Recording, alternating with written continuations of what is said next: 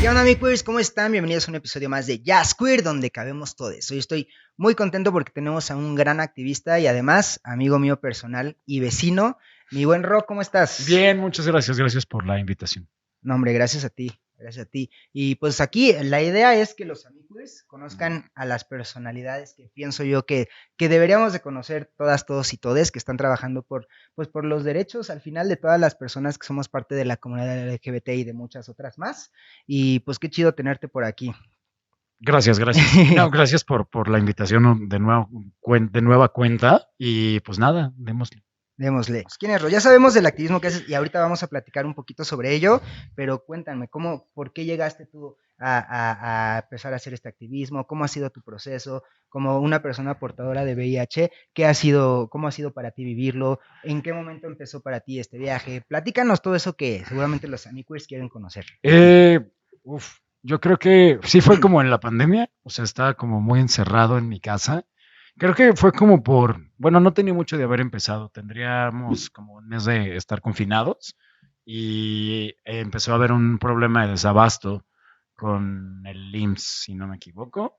Y pues yo siempre, o sea, yo en ese sentido como que nunca había tenido como un problema con mi medicamento, yo me atiendo en Condesa.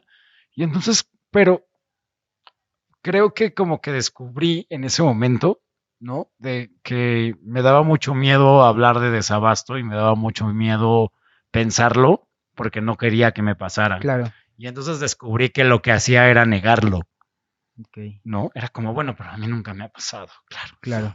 Súper lógico, ¿no? Y entonces me di cuenta en esa narrativa que había otras narrativas en mi cabeza que estaban muy desconocidas y muy desconectadas, ¿no? Y que tenía que ver mucho con el privilegio que yo tenía de poder tener un acceso a mi medicamento, de haber tenido un diagnóstico oportuno, desde ser indetectable, por ejemplo, ¿no? Y de que había problemáticas que a mí no me atravesaban y que incluso como que el SIDA me era súper ajeno, ¿no? Era como, bueno, pero pues yo no entré allí, pues no, Claro, no, no es mío, no, no es mi problema. Y justo yo creo que ahí me empezó como a problematizar mucho esto, ¿no? Yo ya había como empezado a hablar de esto en algunos lados de mi vida, o sea, si alguien decía alguna babosada sobre VIH o sobre SIDA, era como, no, no creo que sea por ahí, ¿ok? Pero era como leve, ¿no? O sea, como que había ido como llevándolo. Sí tenía una necesidad de hablarlo, pero mi entorno mismo era como de, bueno, sí, Ro, pero te medicas y estás bien y ya no tienes por qué quejarte. Y yo en algún momento sí la compré y dije, claro, sí, es real. Pero creo que cuando llegó todo este asunto, que me imagino que eso es normal, o sea, porque como todo es un proceso, ¿no?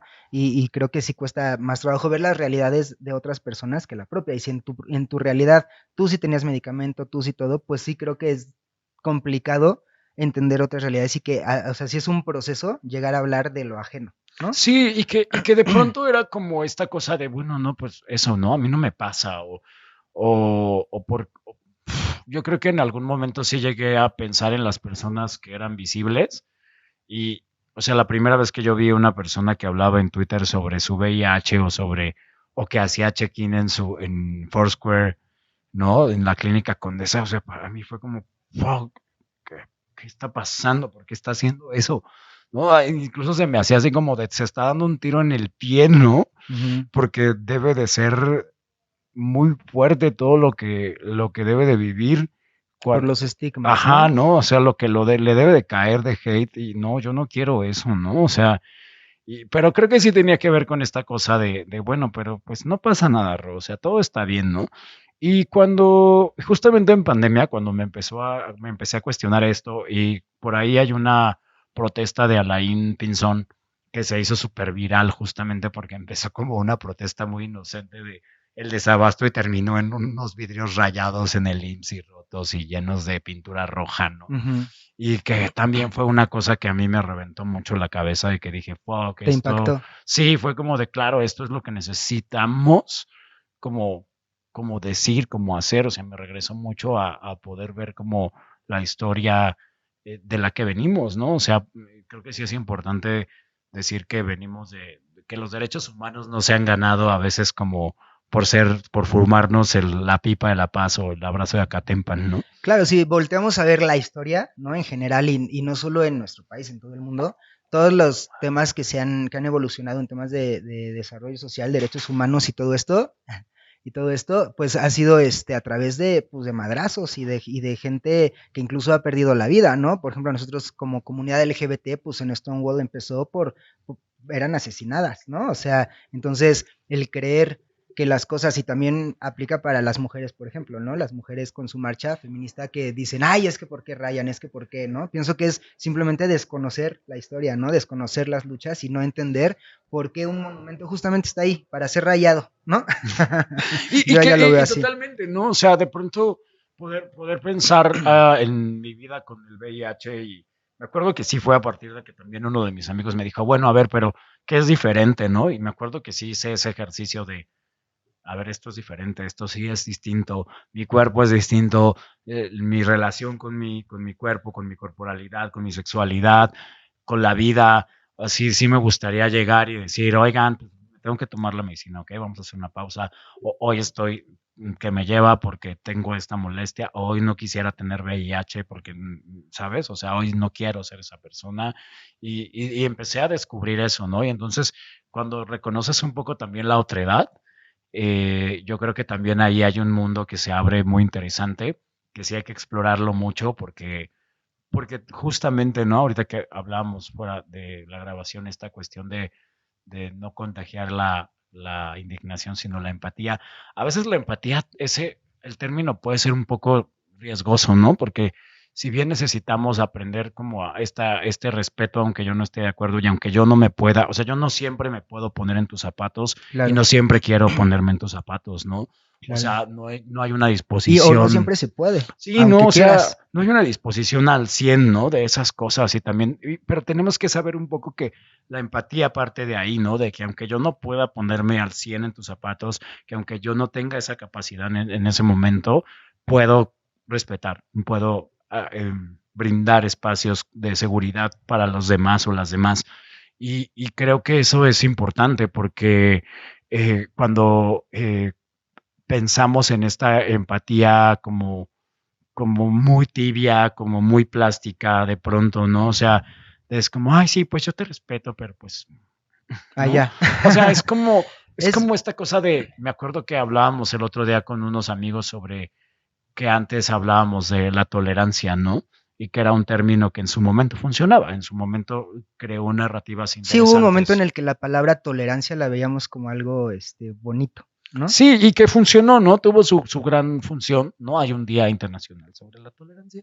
Entonces, pero ahora ya no es suficiente y tenemos que hablar de empatía. Y para mí la empatía no es suficiente, ¿no? O sea, yo sí creo que hay que hablar mucho sobre el respeto, sobre esta cuestión de poder abrazar literalmente a las otras personas, ¿no? Claro. Y entender un poco que o sea, a mí todo este proceso, vaya, a lo que me ha llevado es a pensar que mi historia no es importante, ¿sabes? Claro. O sea, mi historia no es importante porque no es la que representa a las demás personas con VIH. Sin embargo, me doy cuenta que puedo hablar de lo que sucede, o sea, que a partir del lugar en el que estoy, puedo hablar de Que las al final demás. yo pienso que eso es bien importante y hace poquito subí justamente un video hablando de eso, o sea, la relevancia de los privilegios es eso, cómo los utilizas, ¿no? Y si los privilegios que tenemos no se utilizan para dar espacios o lo que se tenga que dar a personas que no lo tienen, entonces ese privilegio no nos está sirviendo de nada, ¿no? O sea, pienso yo que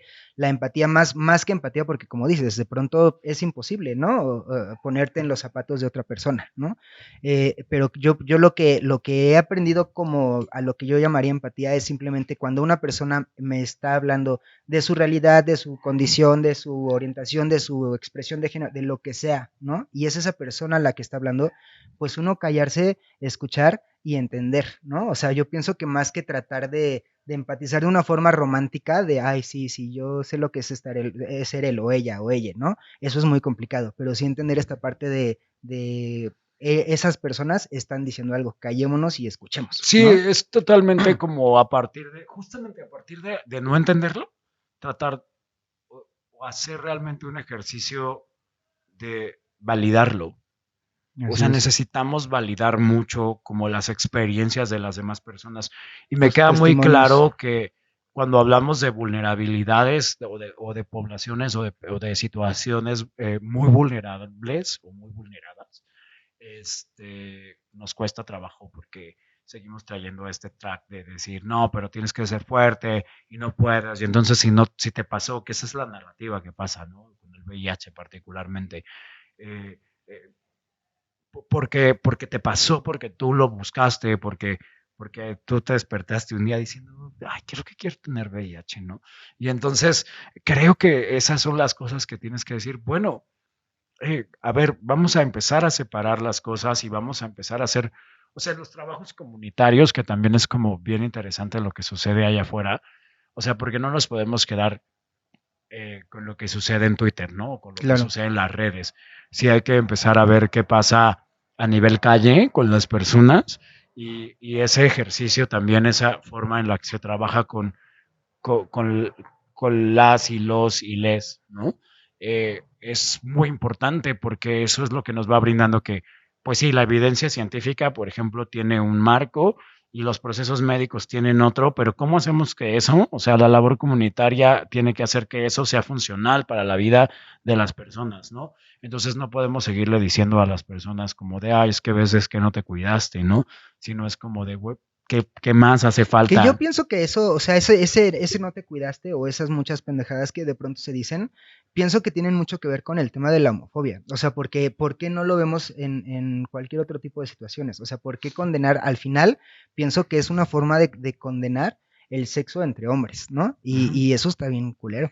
Sí, y en general, ¿no? Entre las poblaciones LGBTIQ, ¿no? O sea, que de pronto es esta cuestión de decir, es que para mí es eso, ¿no? Hay que partir un poco de que per se ya estamos como vulneradas y que de repente como población ya estamos como estigmatizada y de pronto, o sea, le va sumando intersecciones y no es cómodo, ¿no? O sea, y eso sí te hace un lado, o sea, sí hay personas teniendo primeras veces en azoteas, atrás de los tanques de gas, en lugares, no, o sea, súper clandestinos, Claro. y no es poner el dedo en la llaga sobre los lugares donde sucede eso, está sucediendo esto y esto sigue sucediendo en el 2022, pero ¿cuáles son las herramientas que tenemos actualmente con las que podemos hacer que esto tenga mucho más funcionabilidad, ¿no? ¿Cómo podemos hablar de, por ejemplo, yo suelo hablar mucho del sexo sin condón en mis redes sociales, ¿no? Ujú. Y el mundo arde cuando hablas de eso, pero me queda muy claro que es porque no queremos hablar que lo tenemos, o sea, para mí no se trata de decir que estoy promoviendo que la gente tenga sexo sin condón, es hablemos de que existe el sexo sin condón, o sea, y aparte de eso lo empecé a vivir en el trabajo comunitario, ¿no?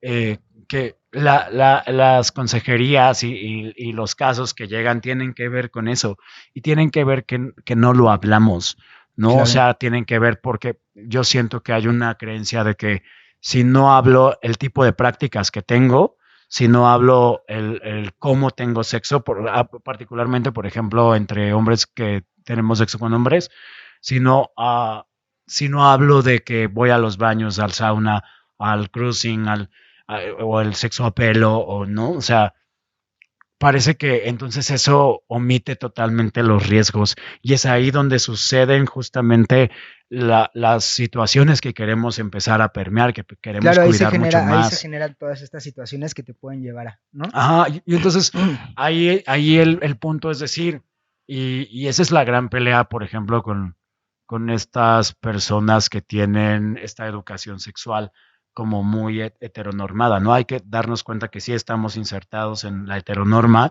y entonces eso o sea, cuando tú hablas, por ejemplo, de que las personas con VIH pueden recuperar su vida sexual a partir de la indetectabilidad, la gente dice, bueno, pero hay otras ITS y yo, bueno, pero también hay pruebas, ¿no? O sea, Claro. también está el testeo periódico, están las personas que pueden ingresar a PrEP.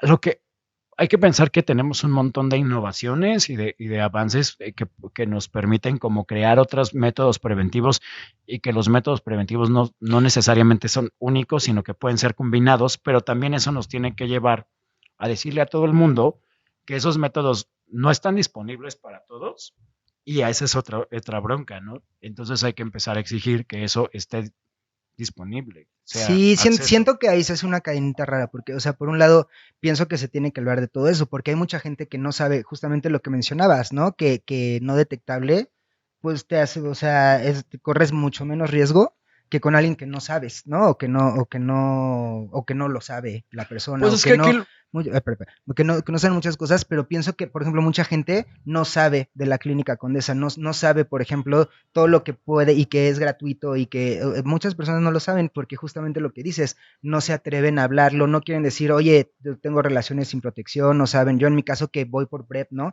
Cada tanto, oye, hay vacuna para hepatitis, para papiloma, o sea, hay una forma responsable incluso de poder tener relaciones sexuales, ¿no? De la forma en la que tú quieras, pero si no vas, mucha gente le da pena ir a la Clínica Condesa, por ejemplo, ¿no? Y que pues sí, en este año nos siga dando pena, nos siga dando, ay no, ¿qué van a decir? Ay no, es que me van a ver, lo he escuchado, ¿no?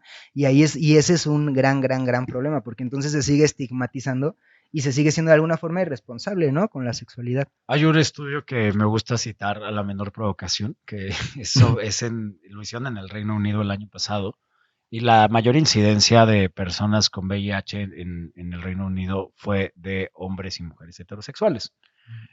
Y hicieron una encuesta con los hombres que salieron reactivos y lo que decían era que no tenían miedo a lo que significaba vivir con VIH en el sentido médico porque sabían que había un tratamiento y podían acceder a él y podían ser indetectables e intransmisibles, ¿no? Y pues digamos que la vida puede correr con una cierta normalidad, Claro. pero que lo que les daba mucho miedo era lo que iban a tener que pasar porque iban a caer con todo el estigma, o sea, justo lo que dices, o sea, entre más hablemos de, bueno, pero hay otras ITS, pero fíjate en esto, pero fíjate en aquello, pero ahí viene un alto, o sea, es como cuando vas manejando y te están enseñando de la peor forma Claro. y a lo que te van a llegar es un estrés horrible a chocar, ¿no? Por ejemplo, y eso es lo que pasa con esto, ¿no? O sea, entre más le metemos presión, lo que estamos haciendo es alejar a las personas.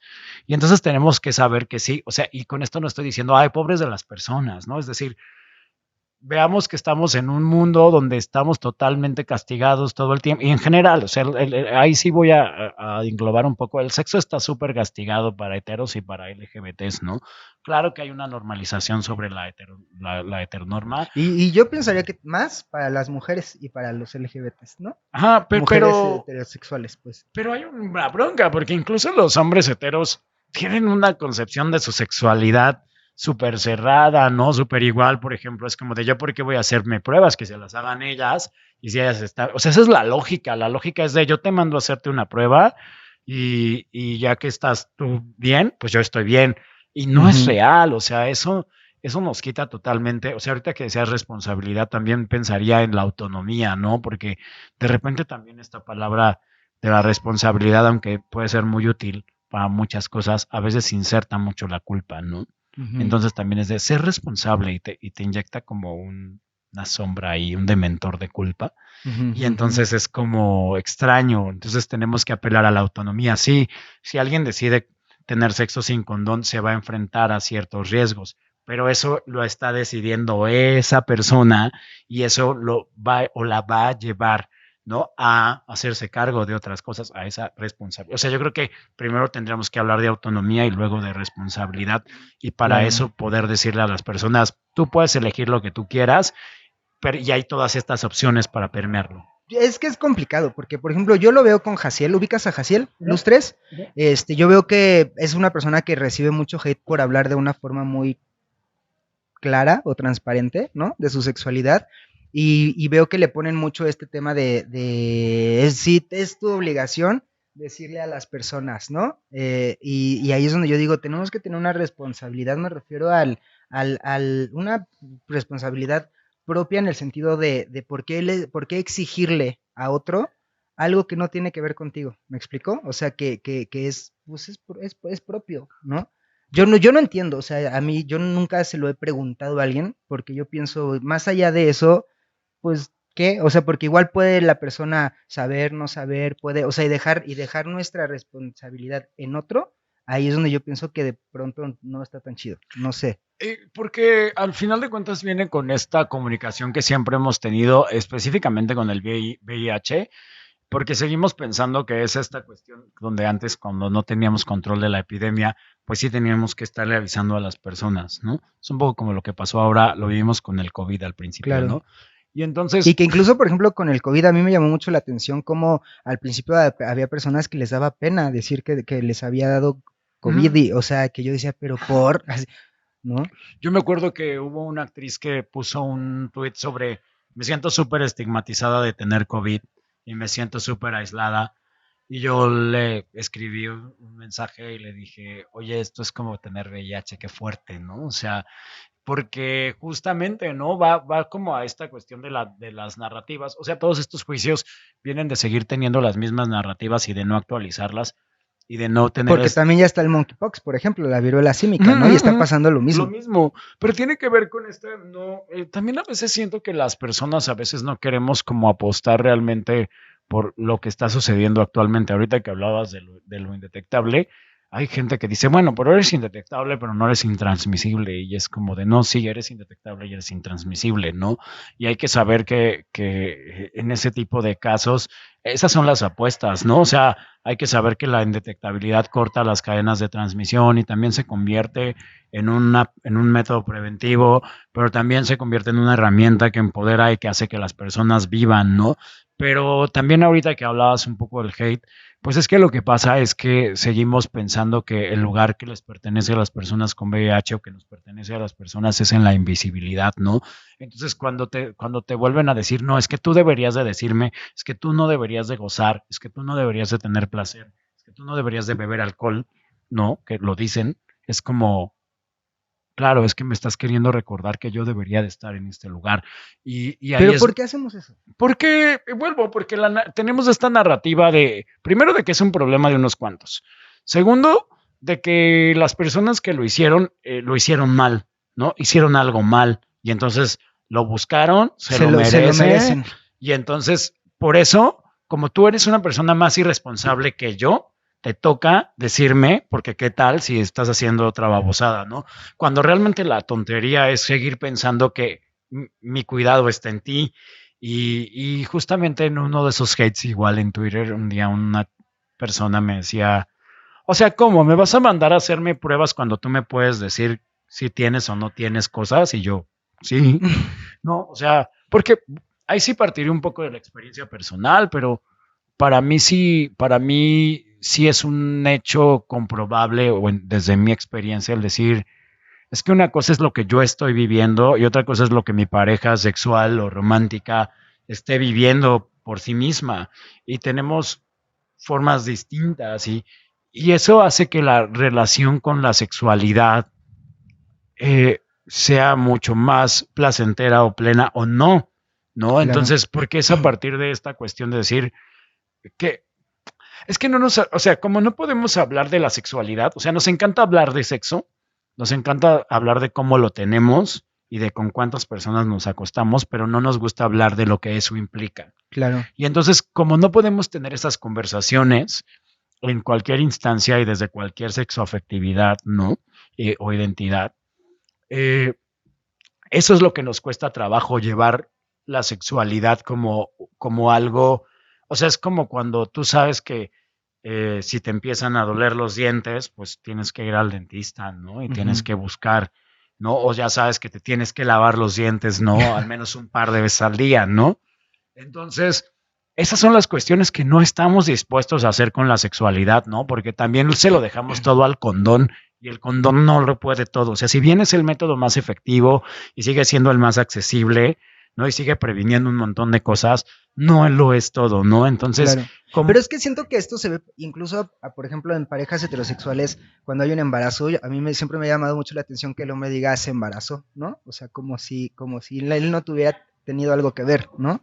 Generalmente siento que somos un poco así. O sí, sea, y lo somos con todo, ¿no? Porque justamente en esta cuestión de saber cómo vamos teniendo nuestras relaciones y de qué le dejamos al otro y qué es nuestra responsabilidad, justamente ahí, por ejemplo, no queremos, ¿por qué es eso, no? O sea, por ejemplo, ahorita que hablas de los embarazos o de las personas heteros teniendo sexo, como que el usual con ellos o con ellas es tener sexo sin condón. O sea, eso es incluso como una práctica habitual, ¿no? Es como, ay, no, ¿cómo entre pareja vamos a usar condón si nos amamos?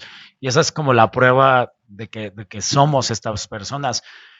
Y ahí regresamos un poco a lo que mencionabas al principio, o sea, cuando hablamos de personas LGBT teniendo sexo sin condón, ellas sí deberían, y es bien chistoso porque luego cuando la homofobia y la xerofobia salen así fortuitamente en las redes, me De acuerdo mi que Yuri no vas a estar hablando. Ah. recuerdo que un día leí un comentario súper fuerte que ponían, claro, es que ustedes las LGBT lo que quieren es tener el mismo derecho a nosotros de coger, ¿no? Y yo, Si no es mucha molestia. wow. Si no les molesta. Claro, este es el problema realmente, ¿no? Que no nos ven iguales, que no nos ven de la misma forma, Es que yo pienso que que históricamente la supremacía, o sea, el sentirse superior moralmente o como sea, siempre ha sido muy atractivo para las personas, ¿no? Entonces tendemos a ir a ese lado en el que si yo me siento que soy superior por ti en lo que sea, lo voy a perpetuar. O sea, es difícil sí. decir me voy a bajar a estar el nivel desde como lo piensan, ¿no? O sea, es no, yo tengo que estar arriba y se los tengo que hacer saber. Y siento que eso nos ha pasado todo el tiempo. Y por ejemplo, eso pasa mucho incluso con decir, y es que yo tengo VIH, pero tú tienes VIH, pero yo no. Entonces eso a mí me hace, ¿no? Y esto está súper marcado. Y Claro. ahora hay algo importante que poner aquí, que ese es un problema de los sistemas de salud. O sea, el sistema de salud y los gobiernos históricamente han apostado porque ese sea el método, ¿no? Claro. El que digas, es que ellos lo tienen, es que ellos son los que lo tienen que cuidar, y es que entonces nosotros estamos en la obligación de pedirles cuentas, ¿no?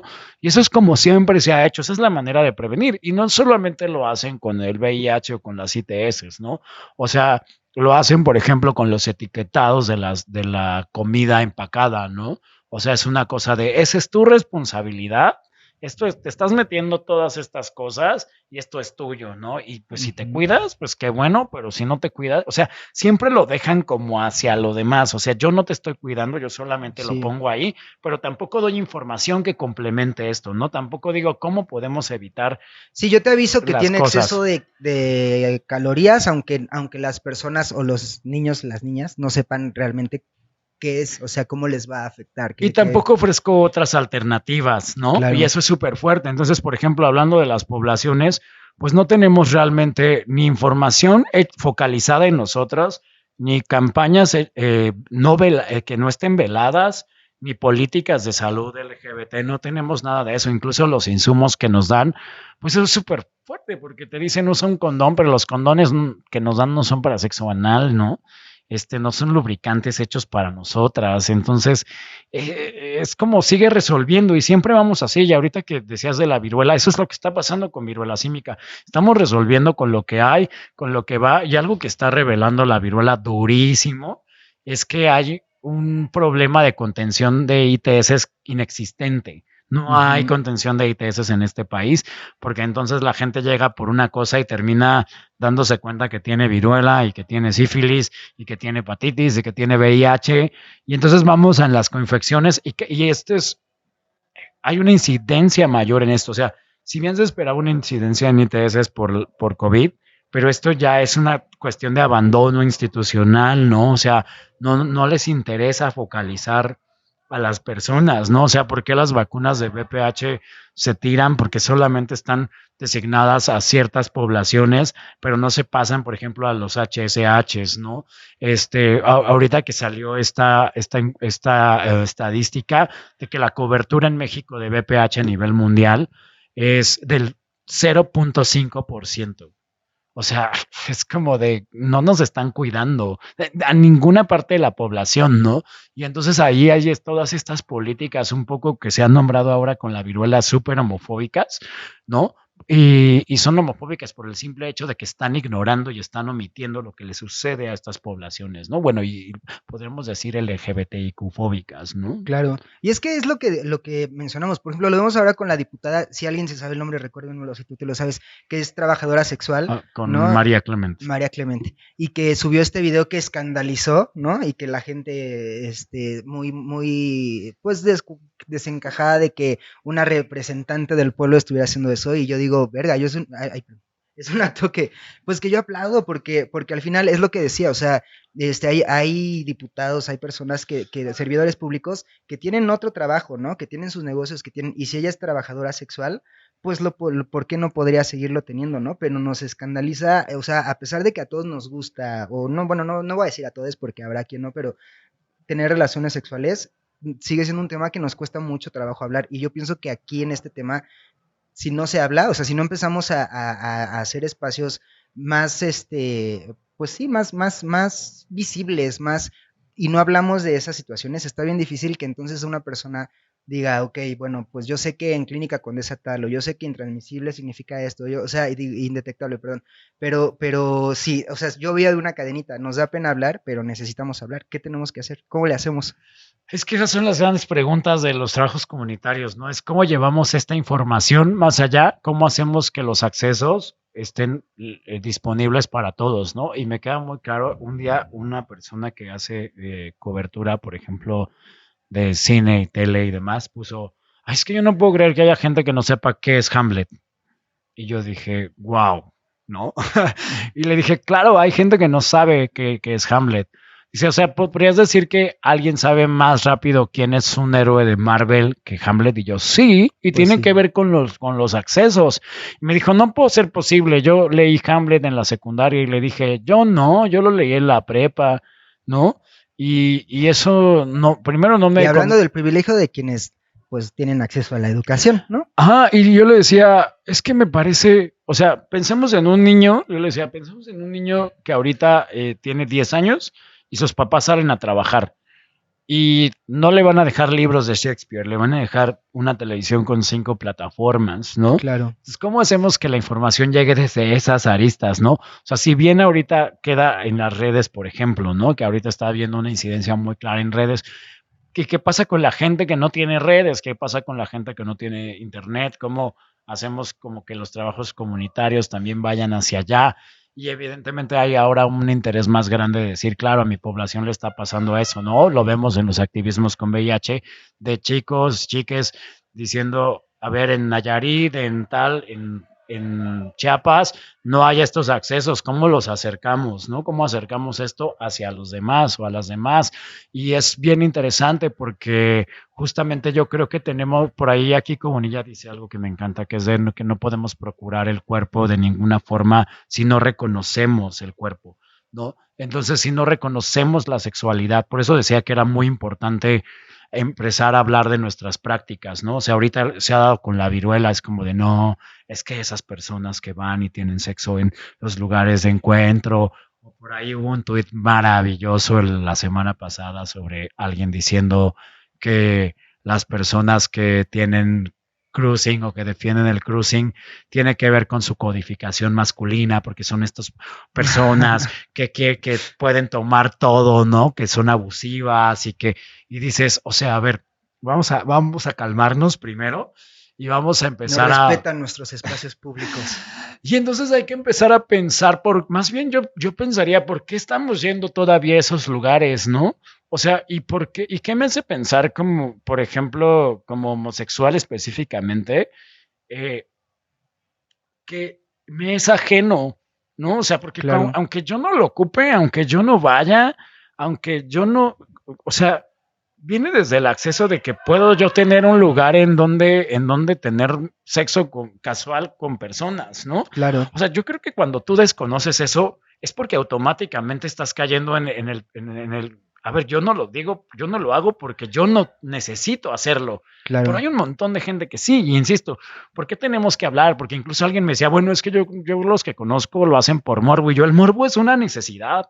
O sea, Pero pues, si piensas en ese, no sé, en ese chavillo, ¿no? Que está descubriendo su sexualidad, ¿no? Que no tiene lugar, a lo mejor vive con sus familiares, ¿no? Que no tiene mucha información, que no, claro que muchos así empezamos descubriendo la sexualidad y haciendo ese tipo de acciones, y no es porque uno quiera, o sea, es porque al final, pues, es lo que se puede, y ¿no? en cualquiera de los dos casos, o sea, tanto en la persona que puede enunciar este tuit de es que ustedes son unos machos, ¿no? Que están queriendo apropiarse de los lugares, como en las personas que hacen esto y que puede suceder desde alguien que lo está descubriendo hasta que alguien que vive, que tiene 50 años y no ha salido del closet que está bien, pues, Ujú. pero a lo que voy es que tiene, o sea, los dos extremos, y siempre hay que pensar que siempre estos dos extremos de estos discursos casi terfistas, ¿no? Porque es lo mismo que les dicen Ujú. las TERFs a las personas trans de tú y tu codificación masculina, Claro. ¿no?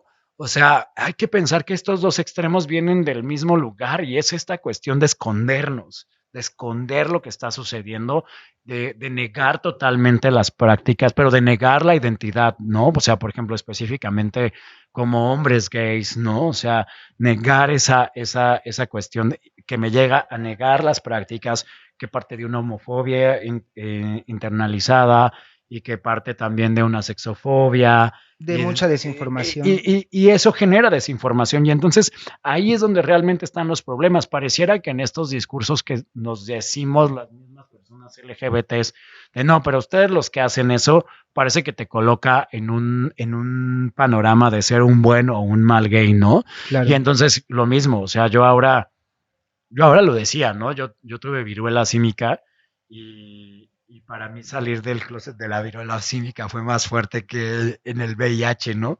Y entonces, primero porque estoy en medio de la conversación. Cuando ya alguien te tira hate, ya parece que Por solo lo que está sea. esperando a que tú digas algo para tirarte hate. O sea, son como tus fans número uno, ¿no?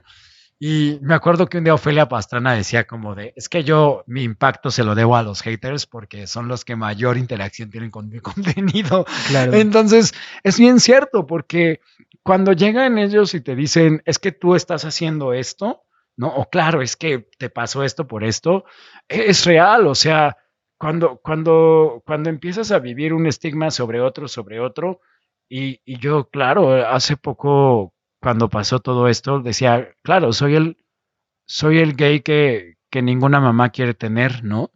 O sea, súper público, súper visible, con VIH, que ya le dio viruela, que habla de su sexualidad, ¿no? De la sexualidad de las suyas, ¿no? Abiertamente. Claro que no soy el orgullo de mi familia, ¿no? O sea, pero sí soy como el, el, el estándar de lo que nos está sucediendo. Y quizás no todas las cosas de las que yo hable en redes me suceden a mí propiamente, Claro. pero nos suceden en los trabajos comunitarios y con los usuarios y con las usuarias todo el tiempo. Entonces, eso es de lo que tenemos que, o sea, creo que la mejor forma de hablar de esto o de empezar a hablar es empezar a movilizar los temas. Y también dejar un poco de increpar solamente, porque también hay que entender que hay gente, y lo decíamos ahorita fuera de la grabación, que hay gente que sí está dispuesta, ¿no? A switchar, Ujú. ¿no? Entonces también no llegar a veces con esta cuestión de, no, pero es que no sabes, ¿no? Es que cómo, y yo creo que eso tiene que ver con cómo le acercamos la información a las personas, cómo empezamos a voltear poquito a poco o cómo disponemos de decir, bueno, a ver, es que esto es así, esto es homofóbico, o esto es clasista, o esto es racista.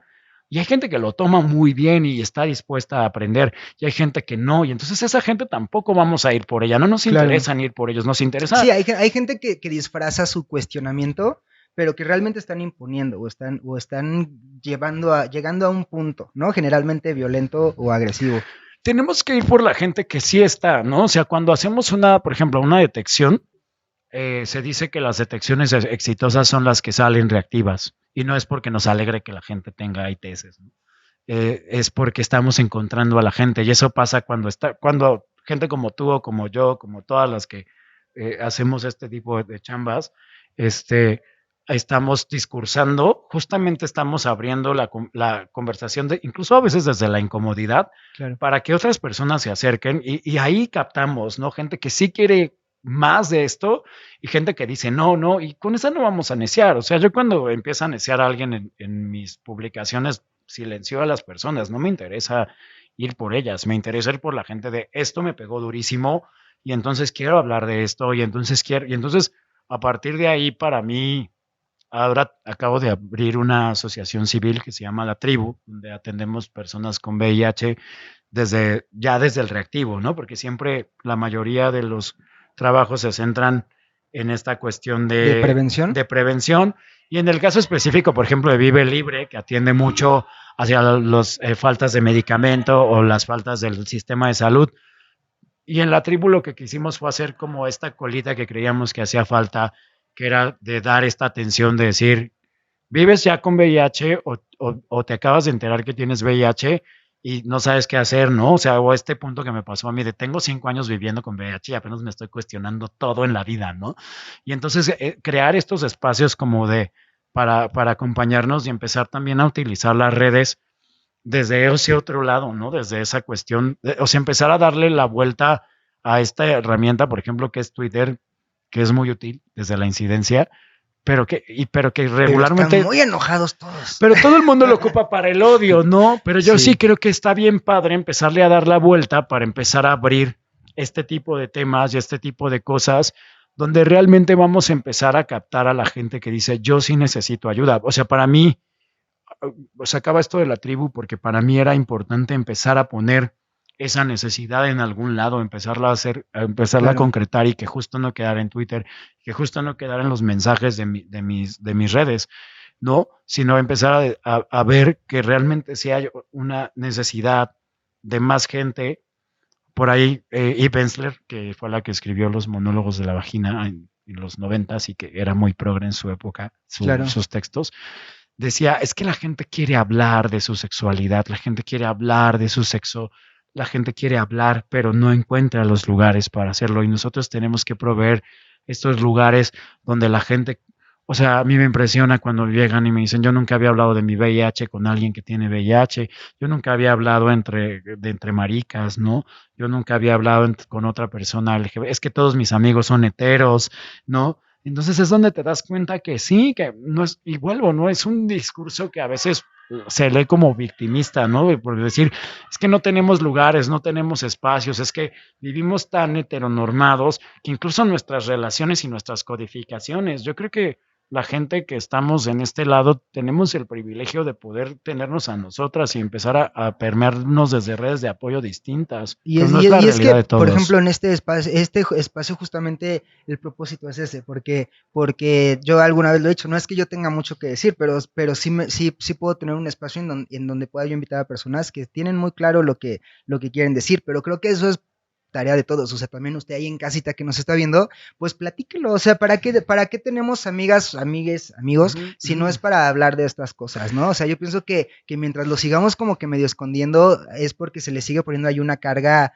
moralista extraña, ¿no? De culpas, de estigmatizaciones diversas, y creo que lo que se tiene que hacer en general, lo que dices es hablar mucho del tema, ¿no? Porque sí, o sea, solo con testimonios y experiencias ajenas uno puede ir entendiendo cosas que si no se hablan, pues ahí se van a quedar. Y es lo importante, una, de la visibilidad, y dos, empezar a nombrar que justamente a veces los problemas sí vienen desde la xerofobia, desde la homofobia. Claro. ¿No? Y que está bien, o sea, no se sientan culpables por de pronto darse cuenta que así fuimos educados para ser clasistas, racistas, homófobos, misóginos, muchas cosas. Lo importante es que nos estemos dando cuenta, empezarnos a dar cuenta y platicarlo, ¿no? Y que existan esos espacios, ¿no? Justamente empezar, o sea, más allá, yo sé que a veces en redes somos estas personas de, no, tú estás haciendo tal cosa, pero en realidad tenemos que empezar a hacer, yo creo que ahí sí aplica un poco el muy empáticos, ¿no?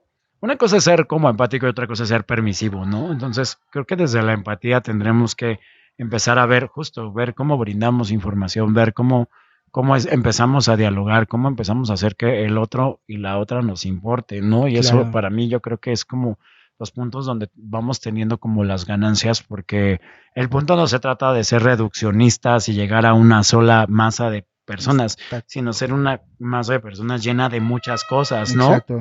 O sea, es como el acrónimo, no se trata de quitarle letras, se trata de empezarle a poner más cosas. Sumarle. Sí. Así es, pues ya escucharon al buen Ro. Mi querido Ro, ya para cerrar, algo que le quieras decir aquí a los amigos que te están viendo, algunos te están conociendo, ¿qué les quieres decir? Nada, que es importante justo que tengan estas conversaciones, que como alguna vez un ex me dijo, deberíamos de hablar de VIH como cuando hablamos de qué vamos a hacer mañana.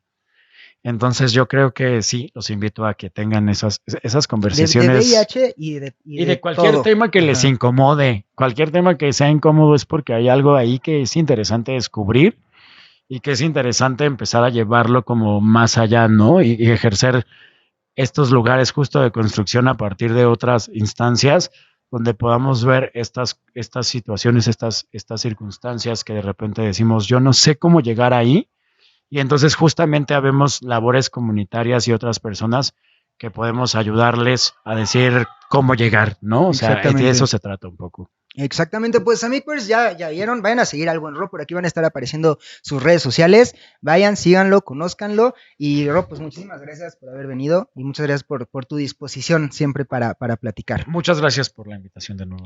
No, a ti. Y pues amigos, este fue un episodio más de Jazz Queer, donde cabemos todos, espero que les haya gustado, y nos vemos al siguiente.